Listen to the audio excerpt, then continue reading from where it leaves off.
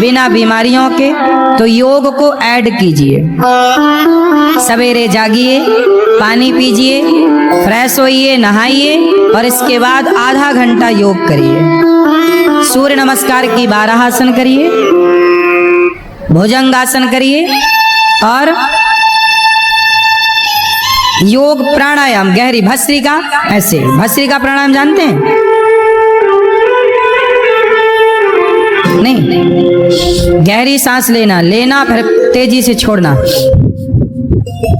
इससे क्या होगा, पूरी बॉडी को ऑक्सीजन प्रॉपर मिल जाएगी। योग ना करने से शरीर में जहां ऑक्सीजन चाहिए वहां ऑक्सीजन नहीं मिलती। योग ना करने से फिर ब्लॉकेज हो जाते हैं, फिर ऑपरेशन कराओ, फिर छल्ले डलवाते फिरो, बाईपास करवाते फिरो, काटा पीटी कराओ शरीर को।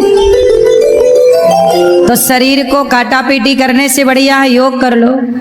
मैया, ए भैया खड़े काहे हो, बैठ जाओ। मेरी माँ, बैठ जाओ, चुप रहो, शोर ना करो, शांत रहो। भैया, ओ छोटू मोबाइल वाले, बैठ जा बेटा, कथा सुन लो बेटा। आजकल मोबाइल से हम बड़े परेशान हैं। कहीं आओ जाओ कुछ बस चालू है मोबाइल, चालू है मोबाइल। सुन लो, तुम्हारी मतलब की चीज सुनने से आएगी। जहां मोबाइल चलाना है वहां जरूर चलाओ, पर जहां कथा में आए हो वहां केवल कथा सुनो। इससे आपका भला होगा।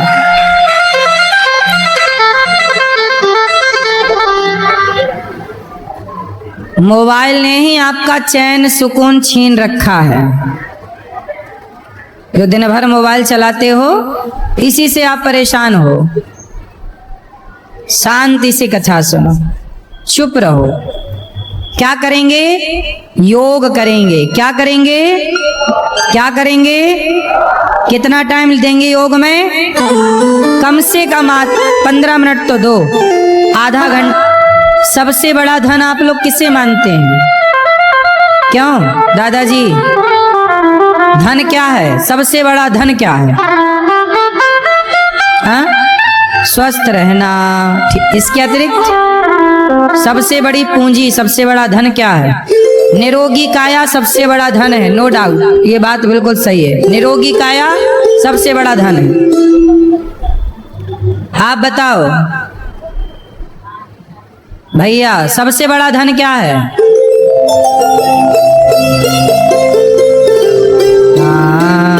ये लाल मैया सोफे पे बैठी है। मैया बताओ, सबसे बड़ा धन क्या है? हैं? पूजा। पूजा कौन? आपकी पड़ोसन?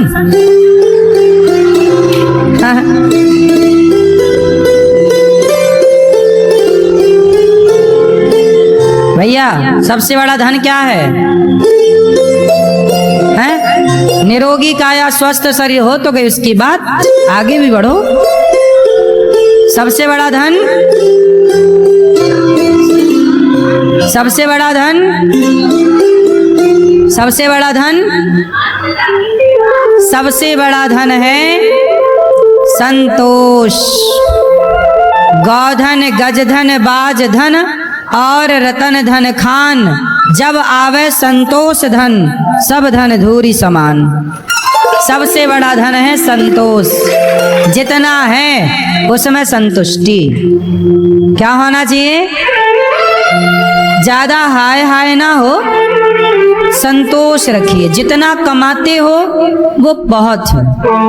यदि आप कमा के भी असंतुष्ट हैं तो कितना भी कमा लो आप परेशान। माता से भी शिकायत नहीं है कि तुमने हमें वनवास क्यों भेज दिया।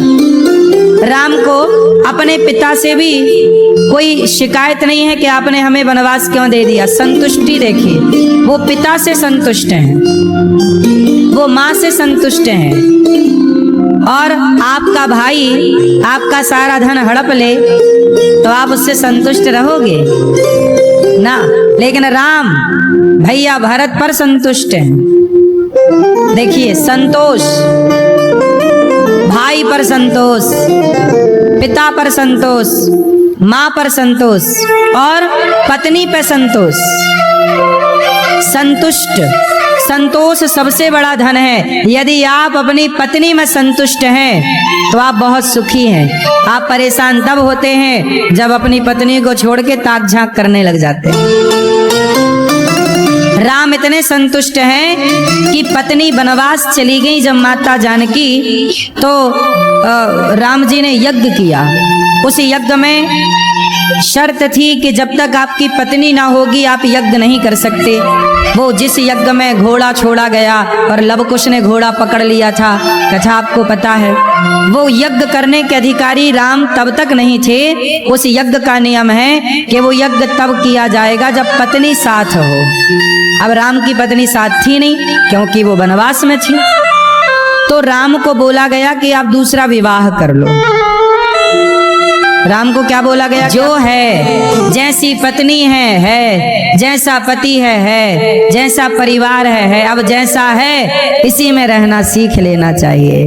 क्या करो, अब जैसा है, अब बदला तो नहीं जा सकता कि बदला जा सकता। आपका रूप रंग जैसा है। अब कुछ लोग अपने रूप रंग से संतुष्ट हैं तो कुछ लोग अपने रूप रंग से संतुष्ट नहीं हैं, तो सर्जरी कराते फिर रहे हैं। जैसा परमात्मा ने बना दिया है बने रहो ना। क्यों? वो लगा लगा के ये क्रीम वो क्रीम, गोरा होना है। काहे गोरा होना है? इतिहास रचने वाले चमड़ी के बल पर इतिहास नहीं रचते कि तुम गोरे हो कि काले हो। इतिहास रचने वाले अपनी काबिलियत से इतिहास रचते हैं और वो युगों युगों तक याद रखी जाती है काबिलियत। आपका शरीर कैसा है, गोरा है, काला है, आप सुंदर हैं, सुंदर नहीं है, क्या फर्क पड़ता है? आपकी सुंदरता मायने नहीं रखती, आपकी काबिलियत मायने रखती। आप में योग्यता है तो आप कैसे भी हो। बोलो हाँ। इसलिए अपने को काबिल बनाइए, चमड़ी को गोरा करने की जरूरत नहीं है। धन्यवाद दो और मन लगा के काम करो, खाओ पियो जो ईश्वर ने दिया है खाने को। टेंशन फ्री होके काम करिए, लोड मत लीजिए। वो इतना लोड ले लिया कि परेशान होके मर गया। कुछ लोग बेवजह परेशान हैं।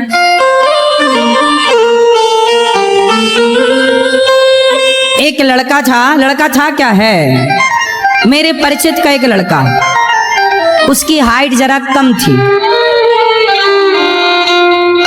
हाइट कम थी। उसने बोला गुरुजी, महाराज जी, मैं अपनी हाइट बढ़वाना चाहता हूँ। मैंने कहा योग किया कर भाई, बढ़ जाएगी। और बहुत इंटेलिजेंट, पढ़ा लिखा। मैंने कहा भाई तुम योग करो, बढ़ जाएगी। हाइट का क्या है यार, कोई छोटा है कद में, कोई लंबा, इससे क्या है। तुम काम करो, काबिलियत होगी तो हाइट वाइट मायने नहीं रखती। बोला नहीं मुझे तो हाइट चाहिए।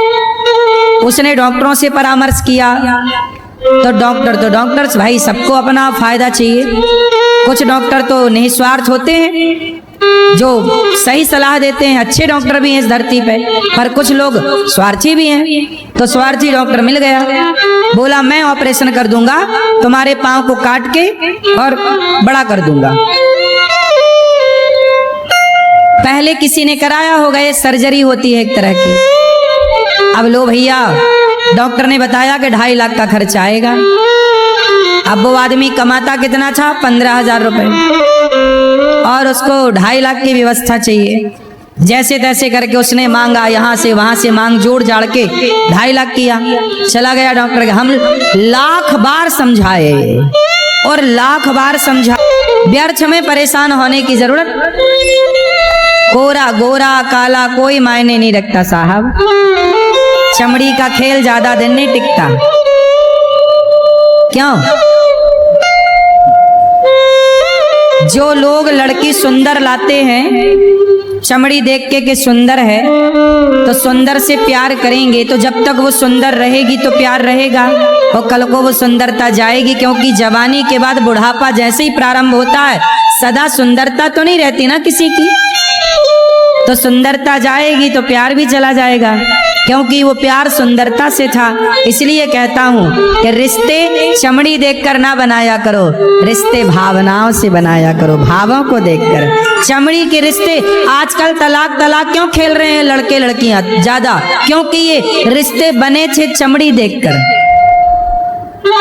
चमड़ी देखकर बनाओगे तो साल 2 साल भी रिश्ता ना चल पाएगा, और भावनाओं से रिश्ता रहेंगे, भावों को देखकर बनेंगे तो रिश्ता सदा चलेंगे।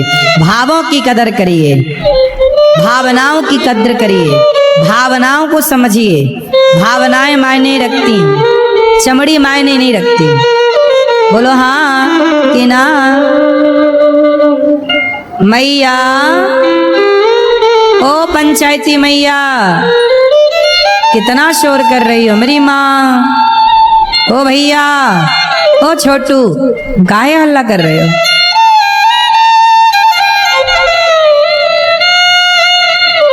ओ मेरी माँ, खड़ी होके कर रही है पंचायत। ओ पीली मैया, कहाँ आकाश में देख रही है मैया?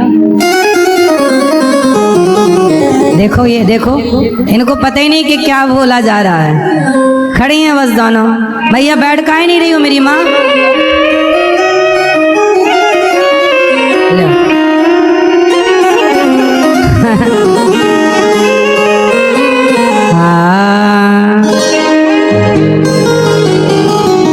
ए भैया, काहे नहीं बैठ रहे हो?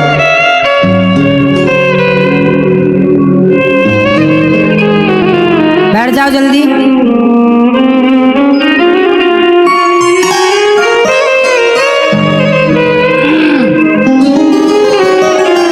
ओ पापी मन कैसा है? बड़ा पापी। अब क्या करें कि मन कंट्रोल हो? माँ देवहूति ने यही कहा कि मेरा मन क्या करूं कि वश में हो जाए, कंट्रोल। तब कपिल देव जी ने कहा, तितिक्षवः कारुणिकाः सुहृदः सर्वदेहिनां अजातशत्रवः शान्ता साधवः साधुभूषणः।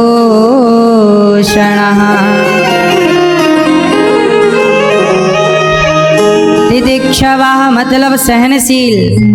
कपिल भगवान कहते हैं माँ सहनशील बनो, हृदय में करुणा रखो। यदि आपके अंदर सहनशीलता नहीं है तो जिन संतों के अंदर सहनशीलता है, भाई भरो का मतलब ये थोड़ी कि कबाड़ भरो। आप लोग अपनी तिजोरी में थोड़ा सा पत्थर, थोड़ा सा धूल, मिट्टी ये भरते हैं कि सोना चांदी पैसा भरते हैं? क्या रखते हो? आपका जो बटुआ है, पॉकेट है, उसमें क्या भरते हो? पत्थर। तो बटुए में भरना है, इसका मतलब ये नहीं कि माटी कूड़ा भर लो। आपका दिमाग तिजोरी है, आपका मन तिजोरी है, और इस मन की तिजोरी में अच्छे विचार भरने चाहिए, अच्छी आदतें भरनी चाहिए। एक भी गलत आदत भर गई, एक भी गलत थॉट आ गया तो वो विनाश कर सकता है। कीमती चीजें भरिए। आप लोग अपने बटुए में 10 का नोट भी कम रखते हो। यदि आप जा रहे हैं कहीं दूर तो आप 10 के नोट कम रखोगे, 500 के रखोगे, 100 के रखोगे। बोलो हाँ। 2000 के चलते थे तो 2000 के जमा के रखते थे। बोलो हाँ। अब आप अपने पैकेट में कोई 10-10 की गड्डी बताओ, मन आपका गुलाम है कि आप मन की गुलाम हो? आप गुलाम हो मन की? अच्छा, आप बताओ, मन आपका गुलाम है कि आप मन के गुलाम हैं? मन के गुलाम है? मन आपका गुलाम है। आप बताओ भैया, आप मन के गुलाम हैं?